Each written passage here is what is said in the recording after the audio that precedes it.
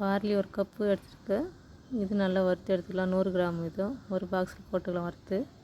அடுத்து கொள்ளு ஒரு 100 கிராம் எடுத்துருக்கேன். இது நல்லா வறுத்து ஒரு பாக்ஸில் போட்டுக்கலாம். அடுத்தது பாசிப்பயிறு 100 கிராம் இதுவும் வறுத்து ஒரு பாக்ஸில் போட்டுக்கலாம்.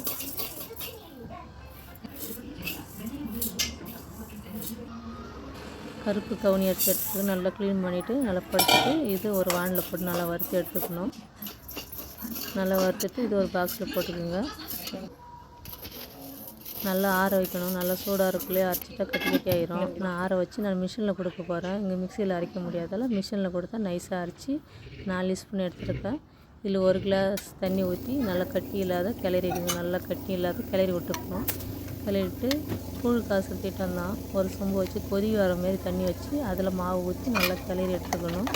தேவையான அளவு உப்பு போட்டு நல்லா கொதிக்குங்க. 10 நிமிஷம் நல்லா கொதிக்க விடுங்க. 10 நிமிஷம் நல்லா கொதிச்சதையும் வெயிட் லாஸ் பண்ணணும்னு நினைக்கிறவங்க இது ரொம்ப ஈஸியாக இருக்கும். 10 நிமிஷத்தில் சீக்கிரம் கூழ் காய்ச்சி சாப்பிட்டு வேலைக்கு பாருங்கள் போகலாம்.